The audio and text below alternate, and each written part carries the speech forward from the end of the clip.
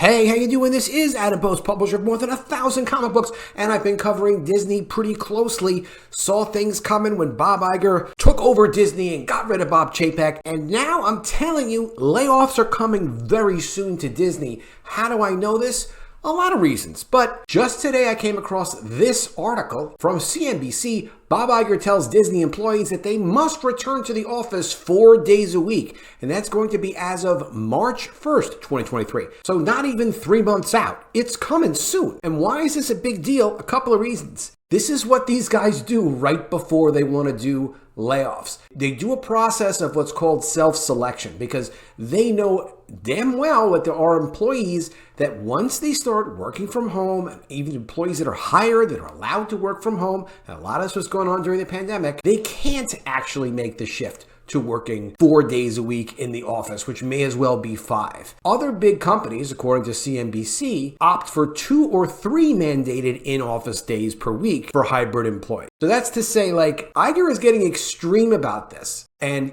Elon Musk did a similar thing when he took over Twitter. This is a way to weed people out. Of course, the thing it also shows you is if you're kind of suspect about people's work, are they really contributing to the company? Are they not contributing to the company? One of the ways to tell is to get them into the office and see how they function. But we don't have our work at home tricks where we can kind of hide what the heck it is that we have going on. And if any of you work at home, you know what I'm talking about. There's things you can do, or if your employer isn't aware, maybe I've heard of some people. Now, this is a client of mine for my marketing business. I've heard of some people who have 2 or 3 IT jobs simultaneously, like multiple laptops lined up, and they're working from home. Stuff like that. You can't do that if you're working inside of a physical office. You can't do that. But let's get into this article. Before we do, please be sure you are subscribed to the channel. Click the bell for notifications. Give it a thumbs up. And you guys are great. The channel is growing. I really appreciate you. From CNBC, Bob Iger is telling employees they must return to the work in their office 4 days a week. Disney CEO Bob Iger told hybrid employees on Monday they must. Now, hybrid employees, hybrid meaning they work some in the office, some at home, but it's not really strictly kept to one rule or another. But he told them just today on Monday, January 9th, they must return to corporate offices 4 days a week starting March 1st, according to the email obtained by CNBC. The 4-day week stipulation is a relatively strict rule compared with other large companies, many of which have opted for 2 or 3 mandated in-office days for hybrid employees. It comes less than 2 months after he returned to the helm of the company. Keep in mind that McKinsey & Company, an outside consulting company, was working with the CFO and also working with Bob Chapek on a plan to do employee reductions, to let people go and restructure the company. And Chapek never had an opportunity to implement that plan. The way Chapek was doing it, it did sound kind of scary and onerous. They were going to have this committee of him and another operations person as well as a CFO, and they were going to make big changes. And all of that's probably true, but this is classic Iger to be like, well, let me start off a little bit sneaky and create the atmosphere. And let me get people to do some self-selection. And let's have some people say, oh, well, no, you know what? I have my 2 other jobs. I don't really need the Disney job. Okay, I'll just leave my Disney job, probably get a severance, and continue my other 1 or 2 jobs that I'm doing while I'm doing my Disney job, or whatever. Get people to basically opt out on their own. And then once they see a reduction in workforce from people leaving the company, they can then look at, okay, well now who is actually meritorious and productive? Which, as much as Disney does a lot of diversity stuff, they do need some people to actually produce the work. And they know that, and Iger knows that. Iger is totally into the woke religion, totally into pushing social agenda over product and over quality, but someone does have to push the paper. Someone has to get the work out. He's well aware of that. So this is how they're going to figure that out. CEO Bob Iger told hybrid employees on Monday they must return to work to corporate offices 4 days a week. Now, in the email, Iger stressed the importance of in-person collaboration. Quote, as I've been meeting with teams throughout the company over the past few months, I've been reminded of the tremendous value in being together with people. Now, just a quick aside on this. What do you mean the past few months? It hasn't even been 2 months that you've taken over. So what are you doing meeting with all the people that you're collaborating with?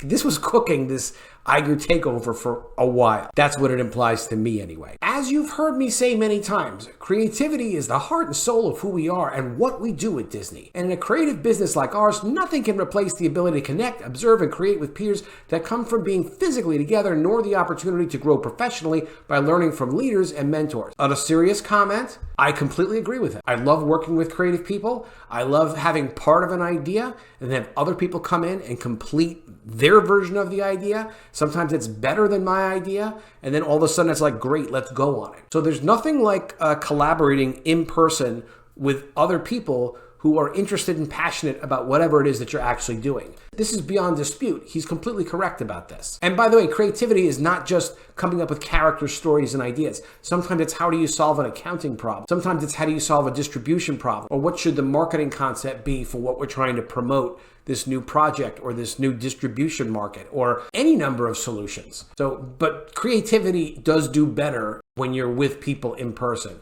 if it's at all possible. During the pandemic, many companies opted for work from home or hybrid models that kept large gatherings of people and thus the spread of COVID to a minimum. As vaccination rates rose and cases and hospitalization rates fell, companies like Disney looked to bring staff back to offices and return to a more normalized pre-pandemic work environment. Iger's 4-day per week stipulation is relatively strict compared with other large companies which have opted for 2 or 3 mandated in-office days for hybrid employees. Apple mandated employees return to work 3 days a week in September. Twitter owner Elon Musk, who's famously slept at his company's facilities as a show of commitment. They're talking about Tesla too. He did that. Tesla was in a lot of trouble. He slept like on the factory floor and he stayed right there with his employees and worked amazingly long hours. Tesla was in deep, deep trouble and could have gone out of business then. A similar thing happened when he was at a crucial time in his SpaceX company. Just like he does do the work when it has to be done. He puts the effort in. Musk ordered nearly all of Twitter employees to return to the office 5 days a week in November. A great way of getting rid of people who are not serious about doing your work and being focused on your work. Disney's new policy comes less than 2 months after Iger returned to the helm of the company, promising a 2-year stint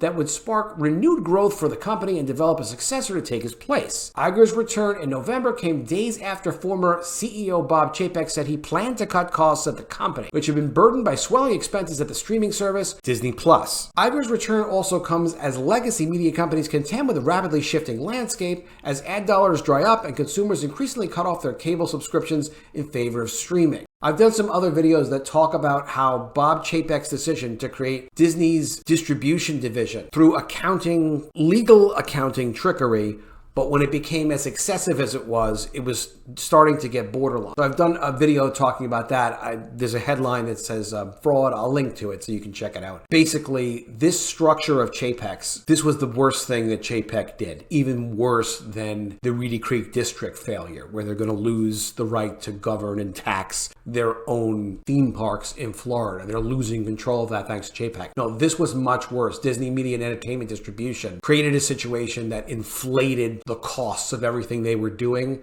took merit really out of the process, all in favor of accounting tricks, which are very powerful and worthwhile, but you have to be so careful in doing it.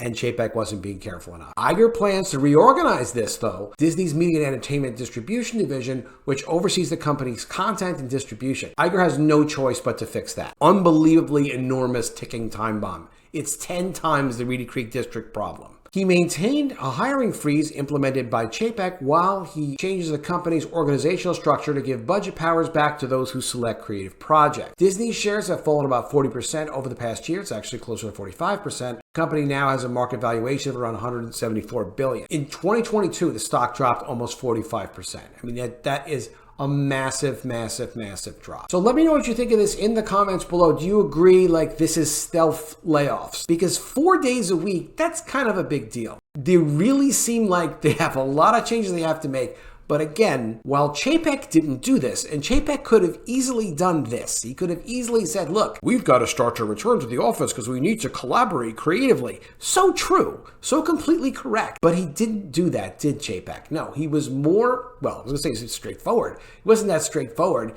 He had a memo that he leaked somehow, or someone leaked for him. Basically, it went out to all the division heads anyway. anyone in HR, anybody who was important, saw this memo that Chapek put out saying that they're going to radically do massive cutbacks and cash is scarce and things like that. Unbelievable that that came out that way. This is the way you do it. This is when I say things about Iger that are positive. What I'm saying is he's smart and sneaky how he does this kind of thing, which is to say, would I have done it this way? Absolutely, this is how I would be doing it. I would be announcing, oh, we're going to change our work schedule. We're going to change our work environment. So people drop out immediately. They're going to get 5 to 10% of the people they need to kill, not kill, but remove from the payroll, are going to split off just from this. At least 5, if not even 10. And that's a big chunk. That can show improvements to the bottom line, like almost immediately, come March 1st. He can have improvements for the next quarter. Just a quick note on James Cameron's Avatar. The Way of Water will turn a profit, according to James Cameron. He's made it official, and the sequels are coming. He mentioned this in a couple of recent interviews. He's going to hit the numbers that they need to hit. There will be multiple sequels, and as far as he's concerned, Avatar has a huge future now. 4 and 5 are both written. 3 is completely done, and it's in the can. It just needs visual effects, and he's going to be meeting soon with Disney, he explained, to come up with the release plan for Avatar 3. And they even have some of Avatar 4 in the can. He said, we've begun a franchise at this point. We've begun a saga that can now play out over multiple films. No dispute, he knocked it out of the park. He came up with a model that works just for James Cameron. No one else could do what he's doing. He's doing it his way. Don't even try to replicate it. Don't even try to think about replicating it. It's a James Cameron thing. And I agree with him. Avatar is a franchise. It may be Disney's only truly viable franchise, because as much as Marvel is very valuable, Star Wars is still very valuable. Even Indiana Jones is still very valuable. There's a lot of things that they have that have value, but there's no question that Avatar is going to continue to produce money and be at that level of quality that they're not probably going to lose a lot of interest because of their creative or ideological direction of Avatar in the future. It's pretty much locked down. And on a quick follow-up to my Zack Snyder video from yesterday, Zack Snyder, he did it. Hey, who knows what's going to happen? Zack Snyder just acknowledged fans demanding Justice League 2 on Netflix. Basically, he liked a social media post. On Vero, one fan, Jacob Torres, posted a link to a video explaining the new movement, and Snyder himself was shown to have liked the post. And this is the sell Snyderverse to Netflix. Look, I think it's unlikely to happen, but so many more unlikely things have happened. And I give encouragement to anybody who's passionate about anything creatively. Of course, you just never know what's going to happen. And James Gunn so far is disappointing everyone. And I don't think Zack Snyder, whoever he disappointed in the past, he's not disappointing anybody now. Wouldn't it be amazing? But let me know what you think of all this in the comments below. Am I on target with this assessment of Bob Iger and his stealth, sneaky layoff strategy of getting people to self-select and drop out? And how about this story on James Cameron? Did you know that James Cameron has confirmed that Avatar 2 has made a profit and the franchise is on very, very solid ground? And lastly, of course, Zack Snyder's acknowledgement of fans demanding Justice League 2 on Netflix. Let me know what you think of that. All right, please be sure you are subscribed to the channel. Click the bell for notifications. Give me a thumbs up, and I'll see you again soon with another video. And if I don't see you, I will miss you.